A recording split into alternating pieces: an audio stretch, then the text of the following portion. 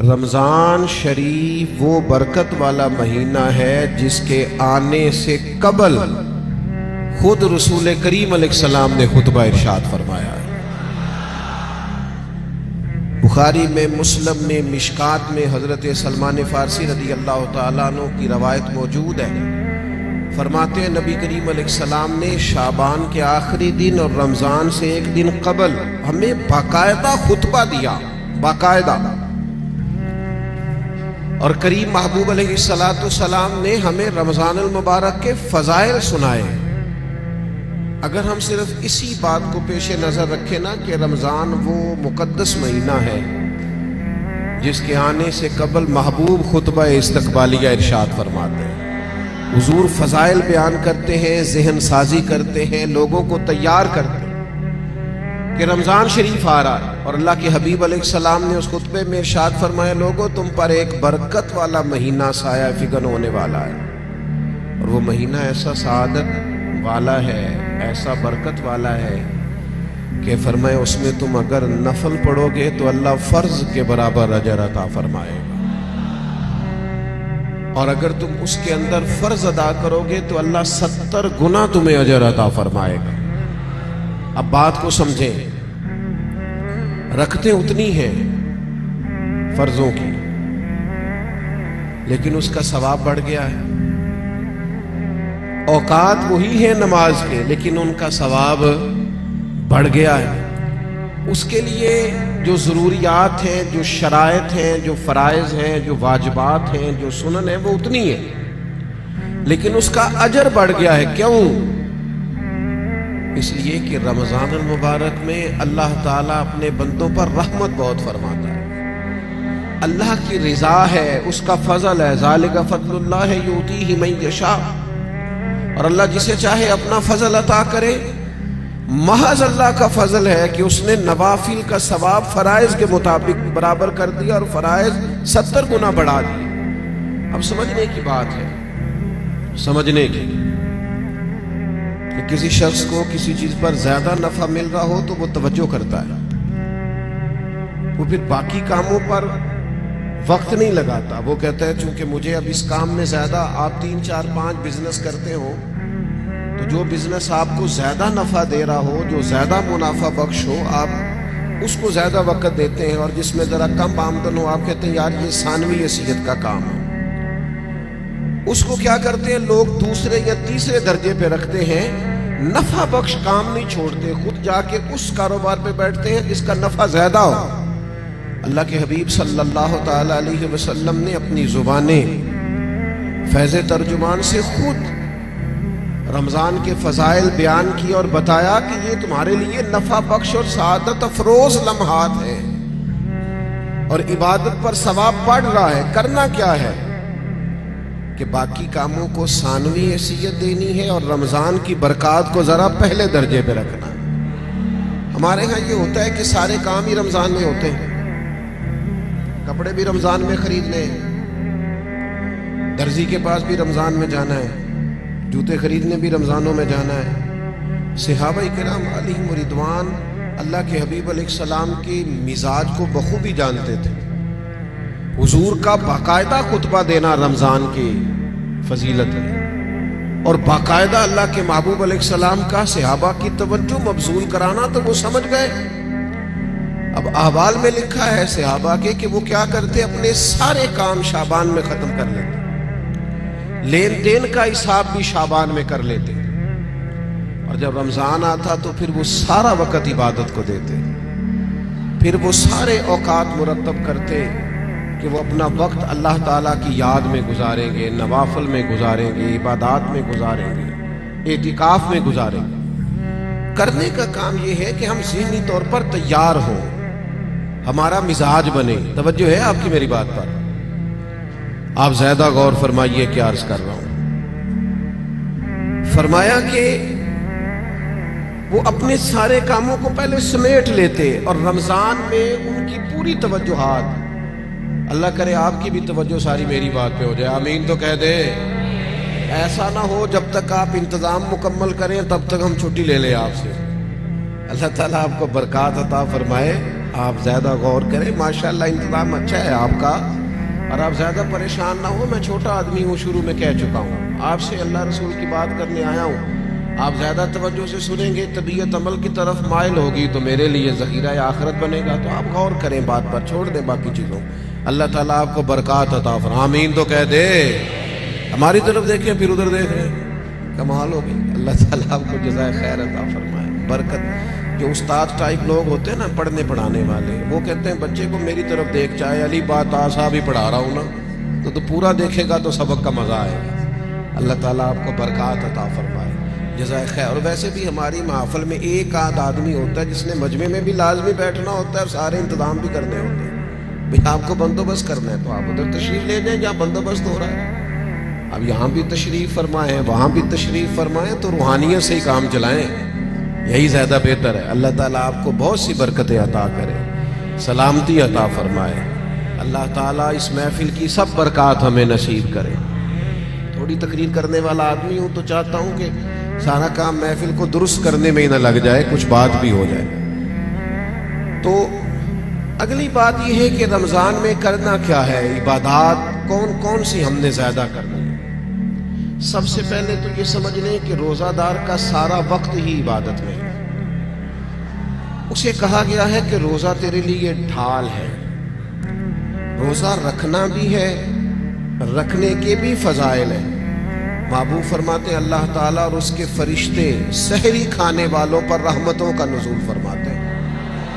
نہیں، آپ کھانا ہی کھا رہے ہیں لیکن کھانا کھاتے کھاتے آپ پر رحمت ہو رہی. اور حضور علیہ السلام نے فرمایا، اور ہمارا اور دیگر مذاہب والوں کا فرق یہ ہے کہ ہم سحری کھاتے ہیں اور وہ بغیر سحری کھائے روزہ رکھتے ہیں. یعنی سحری کھانا،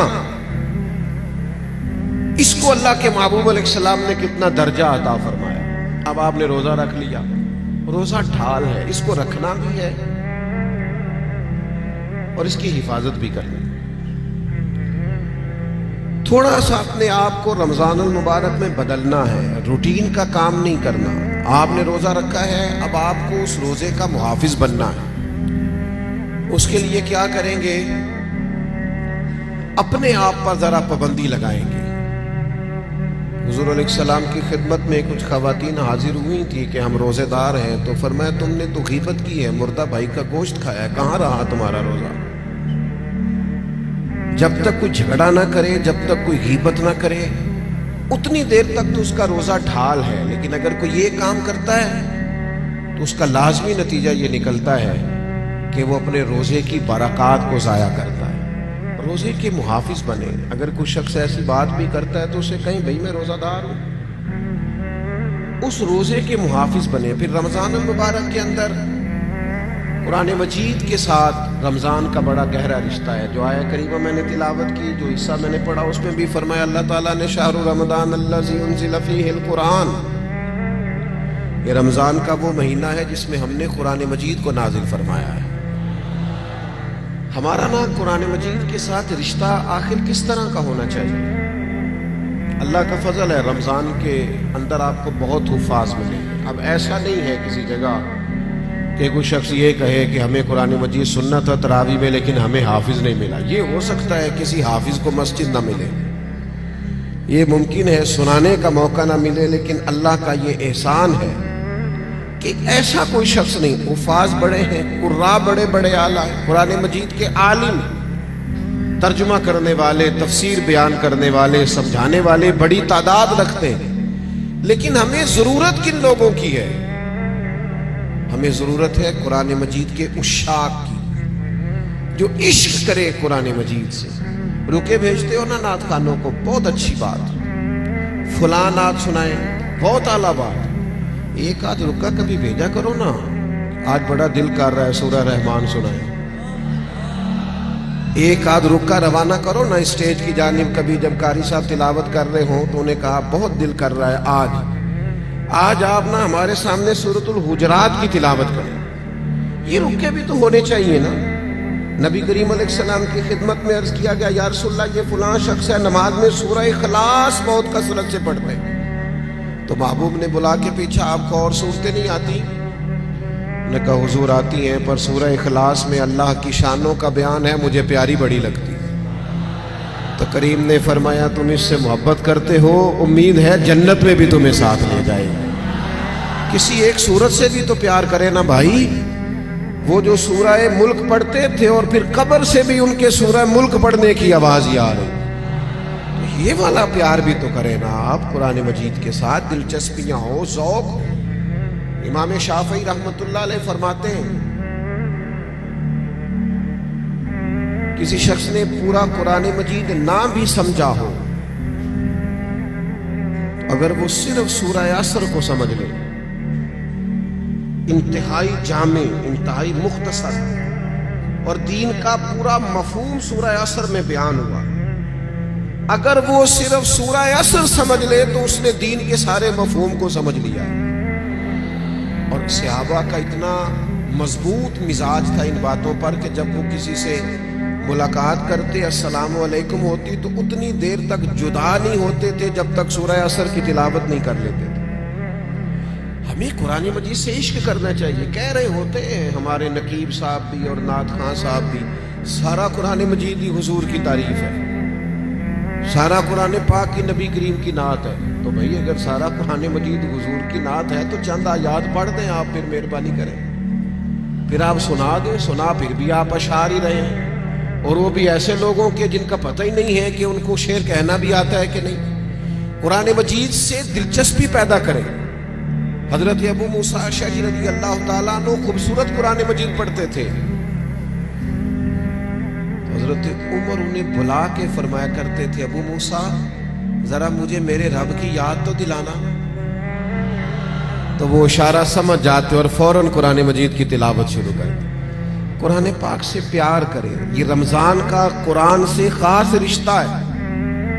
مجھے نہیں پتا آپ بڑے شہر میں رہتے ہیں، میرا تو ایک چھوٹے سے علاقے سے تعلق ہے۔ ہم جب چھوٹے ہوتے تھے تو گھروں میں بہن بھائیوں کی، حتیٰ کہ بڑوں کی بھی دوڑ لگی ہوتی تھی، قرآن مجید سارا دن تلاوت ہوتی تھی، اور ایک دوسرے سے پوچھو کتنے سپارے ہوئے، میں نہیں بتاؤں گا، تو پہلے بتا تیرے کتنے ہوئے۔ اور اگر وہ پوچھنے کو آ جاتے تھے، دیکھنے کو آ جاتے تھے کون سا پارا پڑھ رہے ہیں، تو چھپایا جاتا تھا۔ لیکن کیا کروں میں کس درد سے یہ بات کروں؟ اب موبائل صرف جوان بیٹا ہی زیادہ استعمال نہیں کرتا، اس کا باپ بھی بہت استعمال کرتا۔ اب ٹیلی فون پر صرف بچے نہیں لگے ہوئے، ان کی اماں بھی بہت استعمال کر رہی۔ وہ عشق جو آپ کا قرآن مجید سے ہونا چاہیے تھے، جو ذوق قرآن پاک سے ہونا چاہیے تھے، پلٹ کر قرآن مجید کی آیات کو پڑھنا چاہیے تھے، آپ نے جس قدر چیزیں اپنے موبائل سے لی ہیں، یاد کی ہیں، ذہنوں پہ بٹھائی ہیں، کاش آپ ایک دو آیات ہم سارے یاد کرنی شروع کرتے، اصلاح لیتے، کہاں تک بات پہنچ جاتی۔ سیدہ طیبہ طاہرہ حضرت عائشہ صدیقہ رضی اللہ تعالی عنہ بیان فرماتی ہیں کہ نبی کریم علیہ السلام ہر سال رمضان المبارک میں قرآن مجید کا دور فرماتے تھے حضرت جبریل امین کے ساتھ، یعنی پورا قرآن مجید محبوب حضرت جبریل امین کو سناتے اور وہ نبی کریم کو سناتے، اور فرماتی ہے جس سال حضور کا وصال ظاہری ہوا ہے اس سال 2 مرتبہ سرکار نے قرآن مجید سنایا، اور 2 بار سنا ہے۔ چلیں یہ ذوق تو پیدا کریں، قرآن مجید سے اپنی دلچسپی پیدا کریں۔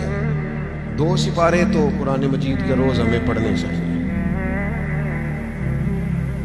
وعدہ نہیں لے رہا، ارادہ کرا رہا ہوں، 1 پارہ مسجد میں پڑھیں صبح۔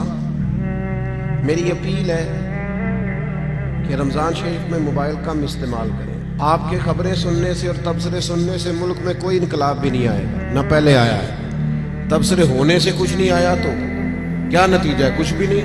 میں خبریں سنتا ہوں، آپ 1 مہینہ خبریں بھی رہنے دیں، آپ کے جو تعلق کی بات ہے کوئی مجبوری آپ دیکھیں، باقی چھوڑ دیں، وقت قرآن مجید کو دیں۔ یہ سمجھ کر کہ ہمارے رسول پاک کا طریقہ ہے، کریم محبوب کا طریقہ ہے، قرآن مجید کو رمضان میں خاص وقت دیں۔ 1 پارہ مسجد میں پڑھیں، مسجد کا حق ہے، 1 گھر میں پڑھیں، گھر کو قبرستان نہیں بنانا۔ اور تراویح کا آپ ارادہ تو کریں کہ میں نے انشاءاللہ ایک ہی مسجد میں شروع کرنی ہے اور پوری 20 رکعت پڑھنی ہے، اور اسی مسجد میں پورا قرآن مجید سننا ہے۔ صرف ایک کام کیجئے گا، بیچ میں چھٹی نہ کیجئے گا، ورنہ اپنے آپ سے پوچھ لیں، جس دن چھوٹے ہوتے اسکول سے چھٹی کرتے تھے اگلے دن بھی چھٹی کرنے کو دل کرتا تھا، اور روٹین میں چلتے رہتے تھے تو کام روٹین میں پڑھو گے، ہر روز پڑھو گے اور کھڑے رہو گے تو کچھ بھی نہیں ہوگا۔ ایک دو دن میں انسان کی نفسیات ہے، ایک دو دن میں روٹین بن جاتی ہے۔ آپ ایک دن اٹھیں صبح 5 بجے، تھوڑا مشکل ہوگی آپ کو، بار بار موبائل بجے گا، دوسرے دن بھی شاید تھوڑی مشکل ہو، تیسرے دن موبائل بجے بغیر آنکھ کھلے گی، روٹین بن جاتی ہے آدمی۔ آپ پابندی سے قرآن مجید سنیں رمضان شریف میں، تراویح میں، کچھ بھی نہیں ہوگا۔ بہت گرمی ہوتی ہے، بہت مشکل ہوتی ہے، اور خدا کے بندو، جو قوم کئی کئی گھنٹے امیگریشن کی لائنوں میں لگی رہتی ہے، جو پاسپورٹ اور شناختی کارڈ کے دفاتر میں کھڑی رہتی ہے، وہ قرآن مجید کے لیے کھڑا ہو کے تو دیکھے اللہ کی رحمت کتنی نازل ہوتی ہے۔ وہ کوشش کرے تو صحیح۔ آپ کو شرعی عذر ہے، کسی کو کوئی ایسی تکلیف ہے، بیماری ہے، معاملہ الگ، قرآن مجید سے اپنا ذوق پیدا کریں۔ ہمارے ایک استاد صاحب تھے، پیر سید مراتب علی شاہ صاحب رحمۃ اللہ علیہ، حضور شیخ الاسلام خواجہ قمر الدین سیالوی کے وہ خلیفہ تھے، اور حضرت محدث اعظم پاکستان رحمۃ اللہ علیہ کے شاگرد تھے۔ تو میں نے ان کو دیکھا کہ وہ جب بہت ضعیف ہو گئے تھے، اس حالت میں بھی وہ بہت عرصہ انہوں نے خود قرآن مجید سنایا، تو حافظ کے پیچھے کرسی پہ بیٹھتے تھے۔ بہت بڑھاپا تھا، ظاہری طور پر کمزوری تھی، پر جو قرآن مجید سے ان کا پیار تھا وہ بڑا انوکھا تھا۔ قرآن مجید سے محبت پیدا کریں، ذوق پیدا کریں۔ اور میں آپ سے عرض کروں، آپ کا جو بچہ بڑا چھوٹا ہے نا، 2-2.5 سال کا ہے، بچی بڑی چھوٹی ہے، آپ قرآن مجید لے کے گھر میں بیٹھ جائیں، انشاءاللہ وہ بھی پارا لے کے آپ کے قریب آ کے بیٹھ جائیں گے۔ آپ یہ کریں، آپ دیکھیں انقلاب آتا ہے۔ تیسرا کام جو ہم نے رمضان شریف میں کرنا ہے وہ ہے ایک دوسرے کا خیال رکھنے کا کام۔ رمضان غمخواری کا مہینہ ہے، اپنے اخراجات کم کریں، اپنے ارد گرد خیال کریں۔ حضرت عبداللہ ابن عمر رضی اللہ تعالیٰ عنہ فرماتے ہیں کہ حضور تو ہمیشہ ہی بانٹا کرتے تھے، پر رمضان میں جو نبی پاک کی سخاوت ہوتی تھی، حضور اس طرح بانٹتے کہ دونوں ہاتھوں سے تقسیم فرماتے۔ رمضان المبارک میں سخاوت کا مزاج بدلے۔ ہمارے ہاں بھی سخاوت ہوتی ہے، آپ کا نہیں مجھے پتا، ویسے ہمارے ہاں آئمہ مساجد کو جو جوڑا دیا جاتا ہے نا سوٹ سینے کے لیے، وہ 27ویں رمضان کو باز دو۔ آپ کے یہاں کب دیتے ہیں؟ وہ 27ویں کو اس لیے دیتے ہیں کہ درزی کوئی پکڑتا نہیں نا، پھر سی کے نہیں دے گا، بغیر سلا دیتے ہیں 27 کو، تاکہ کہیں امام سلوا نہ لے اور پہن ہی نہ لے۔ اب کون درزی پکڑے گا؟ آپ نے کہیں راشن دینا ہے یا کسی کو تحفہ دینا ہے تو وہ آپ رمضان سے پہلے دیں، اور علماء سے تصدیق کرا لینا، رمضان کی نیت کر کے رمضان سے پہلے بھی دے دو گے تو رمضان جتنا ہی اللہ اجر عطا فرمائے گا۔ اللہ کے بندے قبل از وقت کسی کو دے، اور مہربانی کریں، لوگوں کو لائنوں میں لگانے کا شوق نکال دیں طبیعت سے۔ جب رب نے ہمیں دیا تھا تو لائنوں میں کھڑا کر کے نہیں دیا تھا۔ یہ کیوں شوق پیدا ہو گیا؟ پتہ ہے مومن کی عزت کتنی ہے؟ اللہ کے حبیب علیہ السلام نے فرمایا مومن کی عزت اللہ کی بارگاہ میں بیت اللہ سے بھی زیادہ ہے۔ ترمذی میں حدیث۔ شوق آ گیا لوگوں کو لائنوں میں کھڑا کر کے دیتے ہیں، آپ کو پتہ ہے۔ اور جس طرح الیکشن کے دنوں میں لسٹیں بنتی ہیں نا کہ اس کا ووٹ کہاں ہے، اس طرح غریبوں کی لسٹیں بھی پہلے سے بنائی جا سکتی ہیں کہ کون ضرورت مند ہے، اور ایک جگہ پہ بیٹھ کر ہی بن جاتی ہے، سب ہو جاتا ہے اگر کرنا ہو۔ میرے عزیز، لوگوں کو دیا جائے، اور دیکھنا، یاد رکھنا، اگر رمضان میں بھی کوئی کریانے والے کے پاس کھڑا ہو کے کہہ رہا ہونا کہ یار بس 2 دن اور نکالو، میں تمہارا قرض چکاتا ہوں، تو پھر میرا خیال ہے کہ ہمیں اپنی افطاریاں اور سیاسی افطاریاں تھوڑی بند کر لینی چاہیے۔ پھر ہمیں غور کر لینا چاہیے کہ رمضان شریف میں بھی لوگ گزارشات پیش کر رہے ہیں۔ خدا کے بندو، اس تفریق سے ہم کب نکلیں گے کہ بس ہمیں لوگوں کو خیرات ہی دینی ہے؟ آپ لوگوں کے دکھوں کا مداوا کریں، آپ تعلیم کو عام کریں، روزگار کو عام کریں، اور آپ لوگوں کی ضروریات کی کفالت کریں. ایک شخص صرف دے اور ایک آدمی کو دے، لیکن اس کی ضروریات کا خیال کریں. اس طرح کا رویہ کہ مجھے 100 جگہ پہ دینا. حضرت عمر بن عبدالعزیز کے زمانے میں ایک شخص کو زکوٰۃ لگتی تھی، اتنے لوگوں نے زکوٰۃ دی، اس نے کاروبار کیا کہ اگلے سال وہ خود زکوٰۃ دے رہا تھا. لیکن وہ ہم تو لوگوں کو اس طرح کا رویہ رکھتے ہیں کہ بس ٹھیک ہے، یہ کام چلتا ہی رہنا چاہیے. تو آپ اپنی طبیعت میں رمضان میں سخاوت کا مزاج پیدا کریں اور اپنے ارد گرد ڈھونڈیں. حضرت امام زین العابدین رضی اللہ تعالیٰ عنہ کسی شخص کو کچھ دینے لگے تو زمین پہ رکھ کے چلے گئے، اور پھر آواز دی وہ میں نے کچھ آپ کے لیے تحفہ رکھا ہے فلاں جگہ اٹھا لیجئے گا. تو کسی نے کہا حضور آپ نے نیچے رکھا ہے، دے دیتے. فرمانے لگے لیتے وقت وہ آنکھیں بھی نیچے کر گا، اس کی زبان پر شکریہ کے الفاظ بھی لڑکھڑاتے ہوئے آتے ہیں، اور وہ مجھے محسن جان کر اپنے مزاج میں تھوڑا کمزوری بھی محسوس کرتا. تو میں جلدی سے اس لیے آ گیا ہوں کہ کہیں اس کو نظریں نہ جھکانی پڑے، اللہ کی رضا کے لیے دیا ہے. ہمارے حضرت فرمایا کرتے تھے کسی غریب کی بیٹی کی شادی کراؤ تو پھر خود اس شادی میں نہ جانا، اس لیے کہ وہ تو پھر بیچارہ تمہارے آگے پیچھے پھرتا رہے گا، نظریں جھکائے پھرے گا. تم نے تعاون کر دیا، اب گھر رہو. چوتھا کام جو ہم نے رمضان میں بہت زیادہ کرنا ہے وہ دعائیں مانگنے کا ہے. دعا مومن کا ہتھیار ہے. کچھ لوگ کہتے ہیں دعا سے کیا ہوتا ہے. میں نے کہا اگر رسول رحمت دعا مانگے نا تو اللہ حضرت عمر جیسے لوگوں کو دین میں داخل کر دیتا ہے. وہ دعا کی طاقت کا ہی نہیں پتا. دعا تو ہتھیار ہے مومن کا.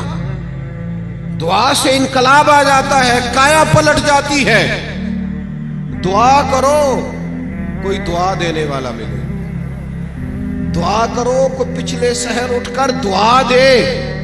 کوئی بیٹھا ہوا مجھے دور دعا دیتا ہے، میں ڈوبتا ہوں پر سمندر اچھال دیتا ہے. اللہ کرے کوئی دعاؤں میں یاد رکھے. دعائیں مانگے اور دوسروں کے لیے زیادہ مانگے. آپ نے زیادہ غور کیا ہے، میں سمجھ گیا ہوں کہ دوسروں کے لیے مانگے. یہ بڑا مشکل کام ہوتا ہے، لیکن آپ دوسروں کے لیے مانگیں.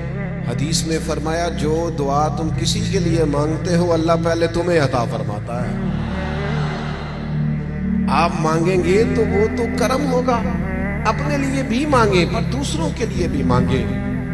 دل بڑا زخمی ہے، طبیعت بڑی بے چین ہو جاتی ہے جب فلسطین کے لوگوں کی تکلیف دیکھتے ہیں.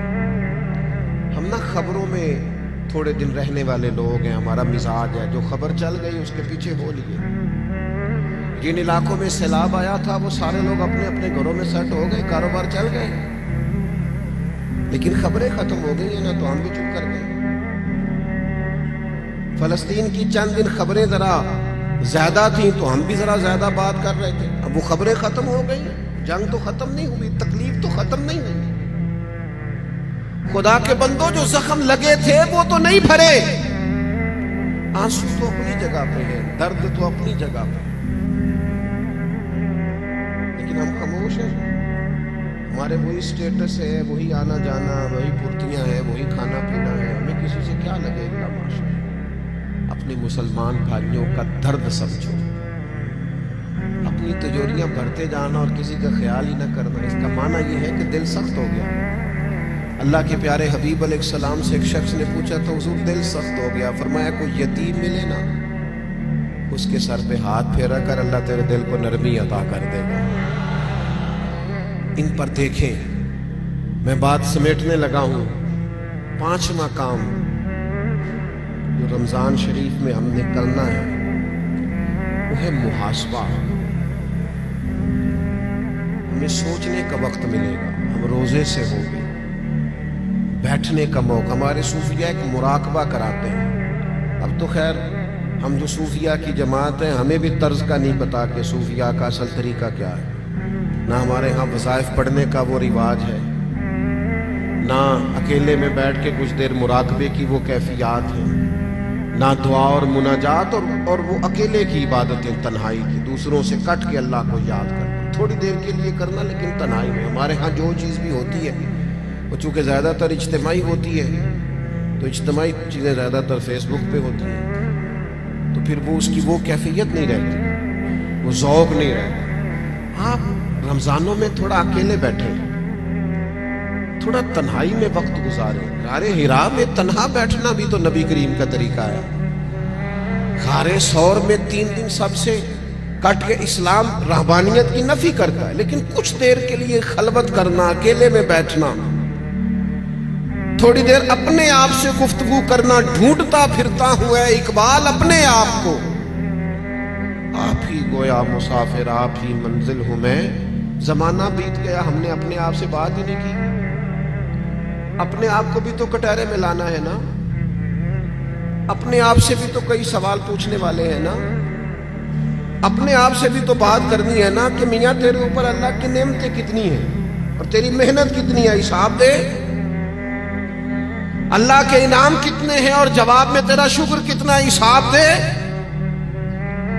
اللہ کے ایک بندے تھے، ان پر نیک تھے، عبادت گزار تھے، انعام برسنے لگے تو ایک دن رو پڑے اور تڑپ کے کہنے لگے، اے اللہ مجھ پر انعام بہت ہونے لگے ہیں، میری قدر بہت ہونے لگی ہے، میرے آنے پر گویا نعرے بہت لگنے لگے، لوگ مجھے بہت جاننے لگے ہیں، مجھ پر کرم کرنا، کہیں میری ساری نیکیوں کا مجھے دنیا میں اجر نہ دے دینا، ایسا نہ ہو صبح قیامت میرا نامہ اعمال خالی رہ جائے، کرم نوازی فرما، کچھ وہاں کے لیے بھی مجھے عطا کرنا۔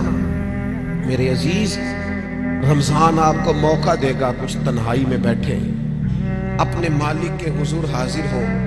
سحری کے لیے جب اٹھے نا تو 20 منٹ پہلے اٹھیں، پھر وضو بنائیں، پھر تہجد کی نماز پڑھیں۔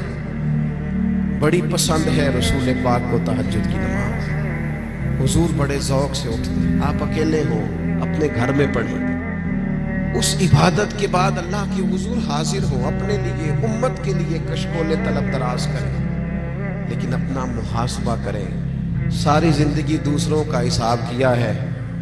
حضرت موسیٰ کلیم علیہ السلام نے ایک بہت نیک آدمی سے کہا، بہت نیک آدمی سے، کہ آپ بتائیے بستی میں سب سے گناہگار کون ہے؟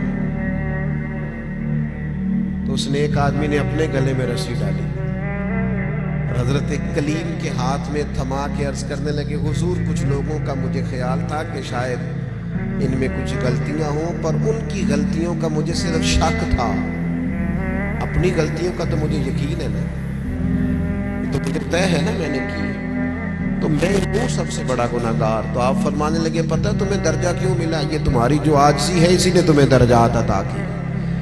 اپنے آپ سے تو مدتوں ہو گئے ہم نے اپنے آپ سے کبھی بات ہی نہیں کی، ہم تو دوسروں کی تربیت اور اصلاح کر رہے ہیں، اپنے آپ سے تو کبھی گفتگو ہی نہیں کی۔ کچھ وقت اپنے آپ کو دیں، اپنے ساتھ کلام کریں۔ بزرگوں کے طریقے تھے کہ وہ کچھ لمحے رات کو تنہائی کرتے، اللہ کے حضور حاضر ہوتے، وقت بتاتے۔ ہم سارے اب مجالس کے، محافل کے، آنے جانے کے، اٹھنے بیٹھنے کے قائل ہیں، اکیلے آئے ہیں دنیا میں، جب جانا ہے تو پھر اکیلے جانا ہے، قبر سے لے کر قیامت کے قائم ہونے تک تنہا رہنا ہے۔ تو تھوڑی سی تنہائی تھوڑی دیر کے لیے کرنا شروع کریں نا اللہ کی بارگاہ میں۔ تو یہ 5 باتیں آپ کی خدمت میں نے رمضان کے تعلق سے عرض کی ہیں۔ ایک گزارش میری آپ سے اور ہے بات ختم کرتے ہوئے، یقیناً آپ توجہ کریں گے، اپنی زندگی سے تنقید بہت زیادہ نکال دیں۔ ہماری نہ کچھ آنکھیں زیادہ کھل گئی ہیں جو زیادہ ہی تنقید، اللہ کے بندے ہیں ہم سارے، اس قدر زیادہ میں تنقید سننے لگا۔ اصلاح کرنا، میں ابھی حرم شریف گیا تھا، میں نے واپس آ کے بھی دوستوں سے کہا، وہاں بھی کچھ دوست کہتے ہیں وہ دیکھو وہ کیا کر رہا ہے، تو میں نے کہا یار تیرا کیا خیال ہے، جو بڑے نکمے تھے وہ بلا لیے گئے، یہاں تو جو بڑے مقبول ہوتے ہیں ان کو حاضری کے موقع ملتے ہیں۔ ہر جگہ غلطیاں ہی ڈھونڈتے ہو، صرف گفتگو کے موضوعات ہی تلاش کرتے ہو، اللہ کے بندوں کی خوبیاں بھی تو دیکھو۔ کم از کم 1 ماہ ایسا ضرور گزاریں جس میں صرف خیر تلاش کریں، اچھائیاں تلاش کریں، تھوڑی دیر کے لیے صرف نظر کریں لوگوں کی جو اعمال کی غلطیاں ہیں. عقیدہ تو چلو ایک بنیادی چیز ہے، تو میں عرض کروں گا تنقید والی زندگی اور ہر وقت کمزوریاں ڈسکس کرنا، ہر وقت. آپ کو پتہ ہے سیدہ عائشہ صدیقہ فرماتی ہیں حضور کی طبیعت کے مطابق اگر کبھی کھانا نہ ہوتا تو چھوڑ دیتے، لیکن کبھی اس میں سے نقص، تو جو رمضان میں بھی جھگڑے ہی کرے اور نقص ہی بیان کرے اور ہر جگہ کے بیان کرے تو اس نے فلسفہ کیا سمجھا. تو یہ 5 چیزیں جو میں نے آپ کی خدمت میں رکھی ہیں، میں امید کرتا ہوں آپ اس پر توجہ کریں گے. اللہ کے حضور دعا ہے مالک ہماری اس حاضری کو قبولیت کا درجہ عطا فرمائے. اتنی بڑی تعداد میں آپ آئے، اللہ ایک ایک پہ اپنا فضل فرمائے اور اہتمام کرنے والے حضرات کو بہترین جزا عطا فرمائے. وما علینا الا البلاغ.